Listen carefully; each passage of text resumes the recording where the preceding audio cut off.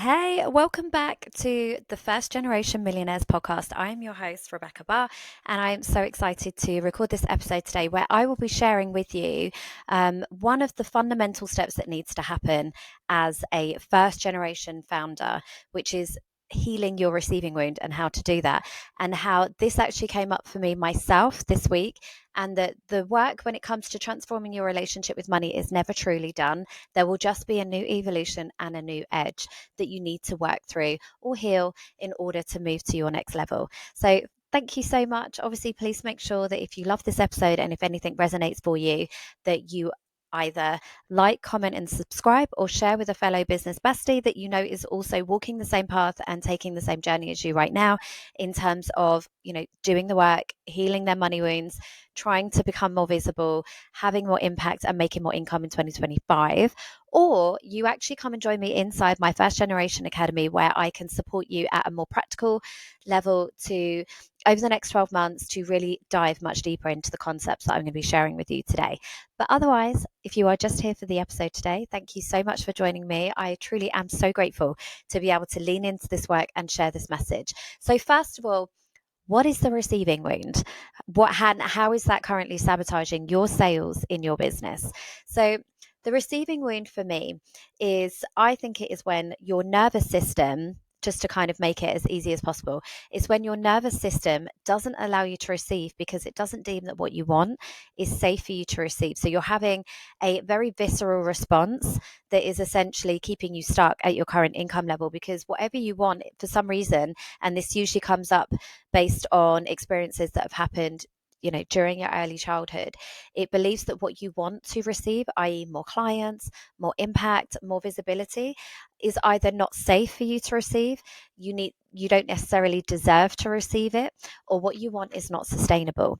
And I've seen this a lot, having been in business for 10 years now, having seen a lot of people, particularly in the coaching space or in those kind of service delivery spaces, where people start with a lot of energy and enthusiasm, they make a lot of money very quickly, but then all of a sudden either they start to lose their passion, things start to plateau, or they don't seem to convert in the same way, and they can't keep it going. And typically it's because of this receiving wound that, they've experienced some level of happiness or success, but for some reason, to either sustain it or get to the next level, everything about them is just kind of repelling it because it doesn't feel like it's safe. So let me know if you kind of resonate with any of these symptoms. And typically, a lot of the time when I speak to people and I say, like, would you want more money? They're like, of course I do. Of course I want more money. Of course I want more clients. Of course I want to be of more service. Of course I want to make more of an impact. But what they don't realize is how you do one thing in life is how you do everything. So when I say to them, interesting. So what about if I were to pay you a compliment right now and say, oh my God, you look amazing. That outfit is beautiful. What would you do? And they'd be like, well, what, this? And they would automatically go into deflection mode. They would start to deflect that compliment. They wouldn't be able to fully receive that praise. And definitely for me, I've had this over the years where and here's the thing, if I'm saying anything that comes up for you, it's just an opportunity for growth, not judgment. Growth, not judgment. So I've had this a lot of times where I feel like I've done the work, I'm fully aligned, and yet these little things will come up and I'm like, interesting, I'm really struggling to receive that right now, like that's interesting to me. So at events I've had women that are like, oh my God, you've literally changed my life, and I've sat there and thought, okay, oh, you're so welcome, that's amazing, this is what I live for, da da da da. And then I'm like, wow, there is no part of me that is really absorbing that information because I just can't receive it.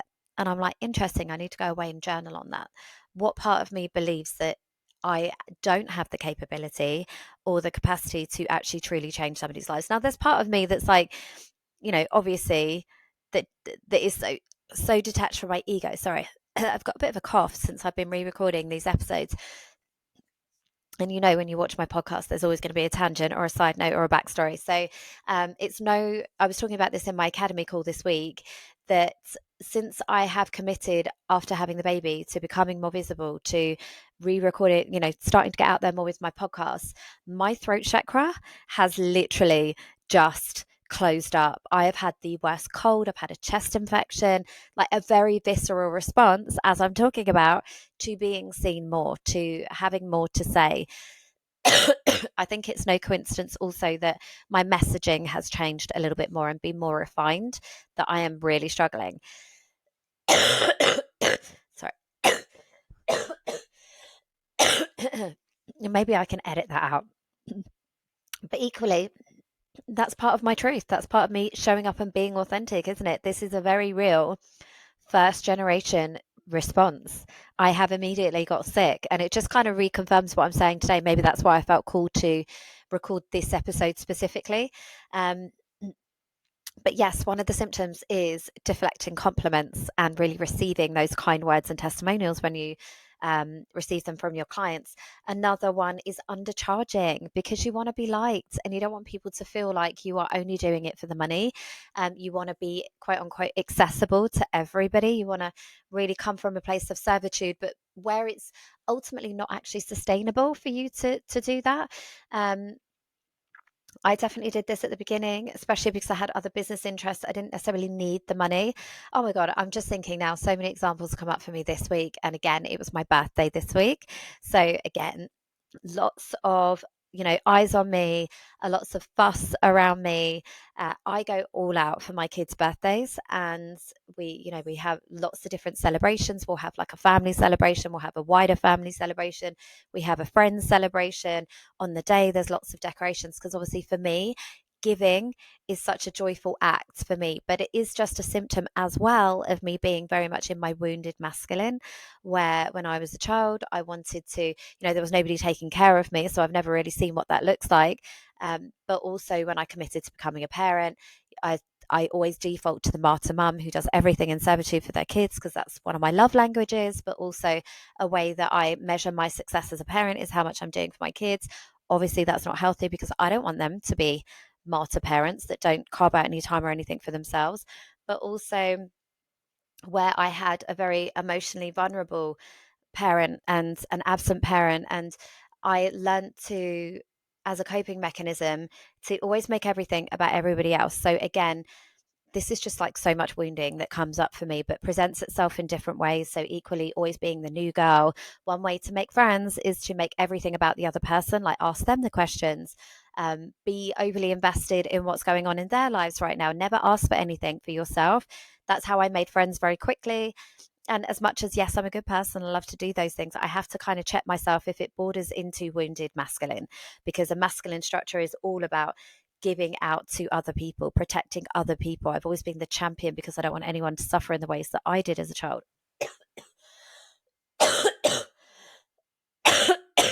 um, so that's where it can sometimes become very disempowering when you are overly giving and you're not receiving. Life is about ebb and flow. I say this a lot in my podcast episode, in my teachings, and it's about mastering the art of receiving, where it feels safe and okay for you to do that. Recognizing that everybody wins when you do. So undercharging, like I say, is absolutely a symptom. I did that very much at the beginning because I just wanted to make sure everybody else was okay. Not really allowing myself to be okay, or prioritizing my family and what works for us and our structure and our routines. And especially when I was in the done for you capacity, where, I would never take half terms off. I would always be available every night, every day. Like literally, if a client worked with me, they got my heart, soul, and everything. And for me to start to rein that back in and start to assert boundaries and start to not be as accessible and not be as available was like the first step in me not only ensuring that my business was sustainable and that I was okay, but also allowing me to serve at a higher level, because it meant that I could charge more premium prices, not necessarily deliver more, but it then attract more empowering clients that are happy to kind of figure things out for themselves. I was stopped attracting wounded clients that needed me to handhold them through every process, which you're in that kind of savior complex. So just hopefully some of this will come up for you. You can also be in like the pushing energy. You can be in constantly giving out to others, as I've mentioned, attracting clients but never really converting because they don't see you as that authority. They see you as like, yes, she's inspirational. And I used to get that all the time. Wow, your journey is amazing. You're so inspirational. Your clients are so lucky. But then people wouldn't actually invest. part of that is being in my wounded and feminine masculine energy, giving too much on the front end didn't give people a reason to actually invest and lean in. And again, I was thinking like, well, it's just going to pay itself back in like karma. And I believe in that, definitely. But also, you deny your clients the opportunity to commit, to invest in their own personal growth by giving everything away on the front end. There's no reason for them to kind of come into your programs, but we know that those people that pay attention, and when they are in your programs and committed to do the work and get the results, that's when they become empowered. That's when they start to see that growth for themselves. um, Equally, there might be something coming up for you where you are hitting new levels, but as I said earlier, you're not able to sustain it, or you are sabotaging it. So again, I've seen people that have these incredible launches, where I just had this week actually with a client in my mastermind, where she's just had an incredible win. She's had some really high profile press, and she has gained 600 new leads for her business, but she hadn't really considered how she was going to follow up with those people, because she's in her wounded feminine, where she's like, I just want to inspire, I just want to share, but there's no masculine structure there to actually manage the back end and enable those people to move further on in that journey with her. So that's where me as the mentor, I very much ebb and flow depending on the client. So in my mastermind community, this is very much women that are, hitting those new levels, but it's like, how do we keep the party going? How do we take it to the next level? How do we feel safe? How do we feel good? I know how to make money, but how do I, do it with more ease? How do I sustain it more? And that's where I need to ebb and flow from being a feminine leader to a masculine leader, where I am helping them with both ends of the spectrum, so that they get to really tap in and create something truly aligned, but they also get to ensure that they're not leaving money on the table. That's why you always want a manifesting generator on your team also, because we can see all the moving parts of all the businesses and all the opportunities and all the things. So for me, again, I'm just thinking actually, as I'm talking about this as well, some real examples of what's come up for me this week with my birthday. So first of all, my daughter and I went shopping. It's she's homeschooled now, so we can do that in the week, and it was lovely. And she wanted to buy me a smoothie for my birthday. And oh my God, did I really struggle to receive it, because they're like, what, £5? That's a whole week's pocket money for her. And I knew that she also had saved her pocket money and was planning to buy me something also as a gift. And I was like, no, like, this is too much. Don't worry about it, darling. Let me buy you a smoothie. Like, this is my treat. I want to take you out and do nice things. We've got this time together. Like, let's make the most of it. And she was really insistent, and almost like I was insulting her by not taking the smoothie. And she's like, Mum, I've saved my pocket money. Let me give you something nice. You're always doing nice things for us. And I had to sit there and I obviously take it, which was amazing.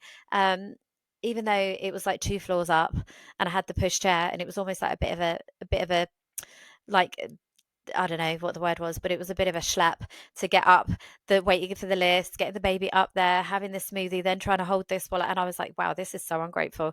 And I was like, this is me trying to deflect because I don't want to receive. And I'm putting all these barriers in my way as to why I can't receive a smoothie, because ultimately I don't want to take her money, because that's the kind of thing that used to happen to me all the time, where I had a bit of an inheritance when my dad passed, and my mum and my stepdad were constantly dipping into it, to the point where the part where I was actually supposed to receive that money at 18, there was nothing left. And so for me, the act of taking money from your children is a real trigger for me. It brings up so much trauma. And I talk about in my book where I had a school trip that I desperately wanted to go on. It was a ski trip. I've never to this day skied.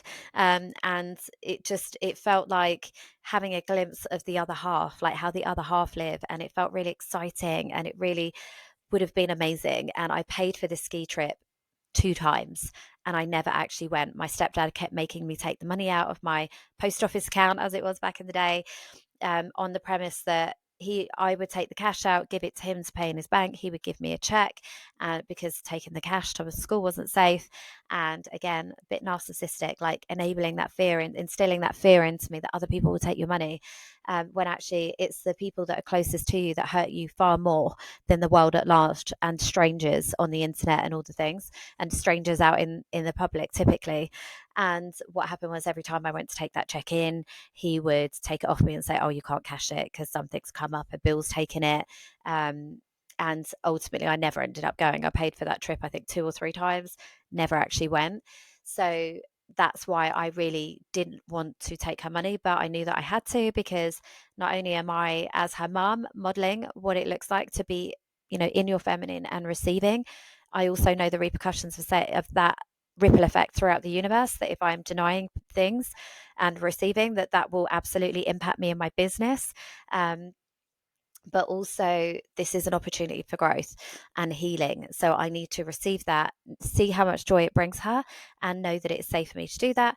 Another example this week that came up for me was on my birthday, actual birthday. I was walking into town and I found £60 on the floor.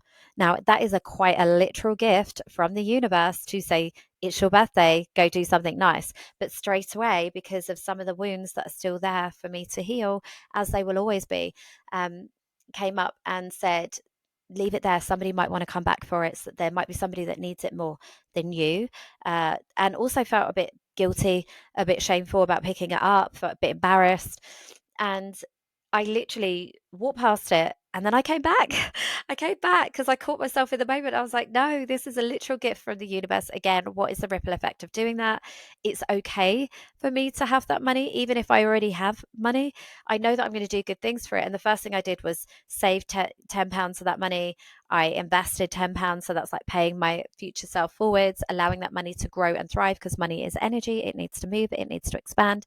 But then also paid it forwards. So I gave the lady that served us for our meal for my dinner £10 as a tip, and then also spent the rest with gratitude, and just allowed myself to fully receive and be thankful that I got to be the one that found that. Because what is meant to happen, we're meant to have that balance of feminine and masculine energy inside us, but also in our family dynamics, in our relationship dynamics, so that there is that ebb and flow, as I said, and the yin and the yang in your friendship groups. You always need to be giving and receiving, giving and receiving. Same with money, giving and receiving. It's energy, it needs to move.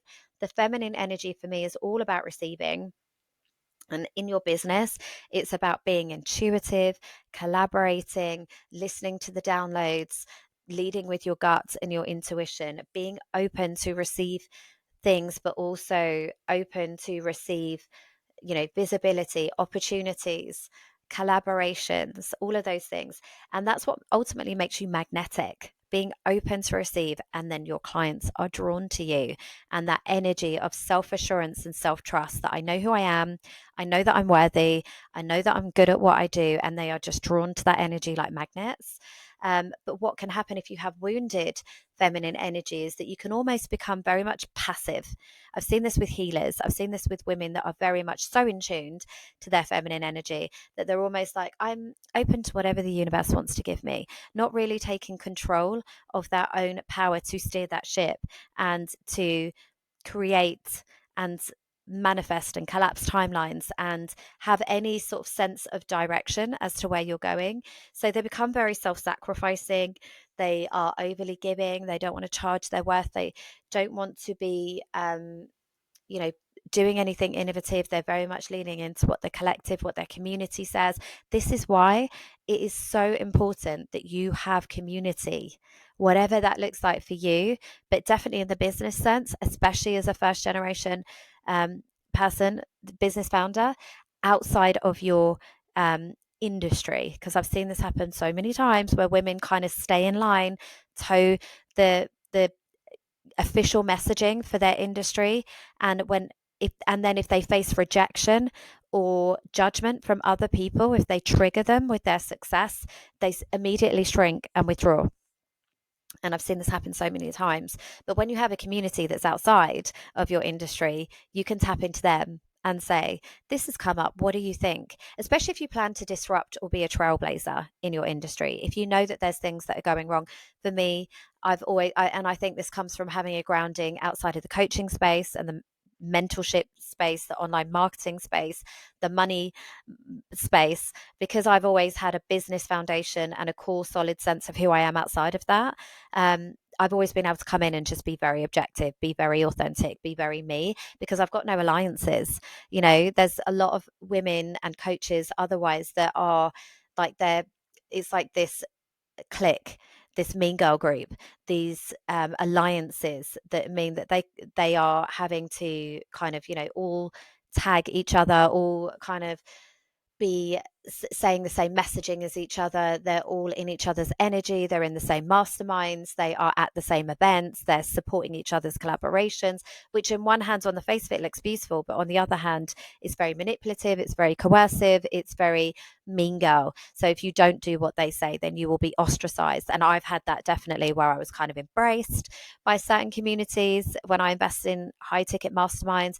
And like, yay, everybody's supporting everybody, this is amazing, and going to retreats and doing the things. And then as soon as I started to realize, actually, God, get like, what is going on behind the scenes of these businesses and what they're saying, and how the different they are in person, and they're not people with integrity, and not really wanting to, speaking out a little bit or having an alternative view, you're immediately dropped and kind of left on the outsides and probably talked about negatively. And I've definitely had that feedback from clients that this person's, and I just don't care. I literally don't care. I know that there is that I'm sending those people love and compassion, that they have to act in those ways, but that can be what happens when you're in your wounded feminine. Again, overly looking for approval from others, not being authentic to who you are, waiting to be rescued, afraid of that rejection. And not truly building a business that's in alignment with you. You can also then, if you're at the masculine energy, it's all about structure, direction, protection, and execution on your goals. If you don't have that, or you're in your wounded masculine, it can look like controlling, being very rigid, doing what you know works and not allowing yourself to venture into new territories or doing anything else, where you are creating success but you're not enjoying it. So this is also where you can be very much in your hustle mode, in your doing mode, and get a lot of validation from being busy. You can also be doing things that you don't necessarily want to do, because you feel some mentor or some person, some guru told you that that's what it takes to create success. I've had this definitely before, where I had a mentor that I invested a lot of money into, I've mentioned it before, that told me to build my business through essentially spamming my audience, misleading people to get them onto what were essentially sales calls, but telling them they were just like an opportunity to get to know people. Now, first of all, I don't have time to sit and have hundreds of pointless calls that when I've got, 6 young kids at home, that potentially weren't going to go anywhere. But it also doesn't feel good to manipulate or mislead people to get onto those calls and then ultimately sell them. And I just knew that wouldn't serve me, that strategy, and being the DMs in the morning and the night and having spreadsheets to follow up on people. That is an overly masculine structure that doesn't feel good for me. I would rather trust that my audience are not idiots, and that if they want to work with me, they will. And if they feel the pull, they will. And if they are actively looking and empowered for a solution, they will realize in themselves that you can only get so much from free content, and that you need to invest in something that I'm delivering, that and with a community, and that they will do that essentially. Because I believe that we're not idiots, and that you don't need to manipulate or use NLP techniques to lean on people's pain points or overcome their objections. For me, that sounds like a really painful way to deliver a business, and isn't in alignment with the kind of person that I am. I'll tell you anything you want to know for free, but I know for a fact that even if I gave you the best strategy in the world, you wouldn't execute it on it necessarily, for all of the reasons why I'm telling you, because you're in your wounded and your feminine and masculine energy, because things are going to come up for you along those ways, and you're going to have along that journey, you're going to have follow-on questions, because your beliefs are going to tell you, take you off track. You're going to have one foot on the gas and one foot on the brake. So actually, if you want support with that element, then come and join my communities and my mastermind. I can hold an arm around you for the next 12 months and we'll do it together. Therefore, I don't need to manipulate you into selling standalone programs. So that for me is what's come up. Hopefully something may have come up for you throughout this conversation, where you'll start to connect the dots and be like, interesting. Yes, that happens to me. Now I've got a better sense as to why, because what I would love from today is that you take away the following 3 takeaways, and that then, like I say, you either, to decide to invest in something, or you follow some simple steps to start that process and that journey for yourself. So, my takeaways today is that receiving is an energetic skill. It's not a mindset shift that needs to happen. It's about allowing your nervous system to regulate around the act and the art of receiving. And if you only do one thing today, it's starting to create radical awareness around where you are blocking yourself. And ultimately, what that will mean, what the ripple effect of that will mean if you continue in that avenue, in that thread or that theme. So, like I said, for me, that looked like walking past the money, stopping, and then going back to get it. It looked like starting to deflect the smoothie and then catching myself in the moment and then saying, no, actually, thank you so much, and being grateful and having, gratitude for it, and really allowing her to know that I appreciate her for that thing, and allowing myself to enjoy it and not get in the way of my own thing, which is I really wanted a smoothie. So that is kind of one takeaway. The next one is that true wealth comes from receiving and giving. This comes from when your feminine and your masculine energy are healed and acting as they were meant to. So, this is where your feminine energy is tapping into your intuition, your collaboration, your connection, your receiving, and your masculine is allowing you to create structure. It's allowing you to protect things that your intuition is telling you is not right, i.e., creating your own path in business. And it's creating that structure and um, uh, executing on the things that you say that you're going to do so that you can fully operate at your highest possible level. It's also about healing and knowing that that is the third takeaway is about healing and knowing that that truly is the first step that you need to take as a first generation business founder who wants to hit the big numbers. It's about gifting yourself the time and space to allow healing first, not rushing in with the masculine, thinking that it's this strategy or this strategy that's going to make you successful. It's also carving out time and space for you to become the next level version of you that can hold that next level of success, and understanding that that journey has to walk hand in hand. There has to be space for both. And that's kind of my key takeaways, those 3 takeaways for you right now in listening to this episode. Let me know if anything's come up for you, what resonates, and obviously please feel welcome to come and join us inside the First Generation Millionaires Academy if you want to dive deeper into that work this year.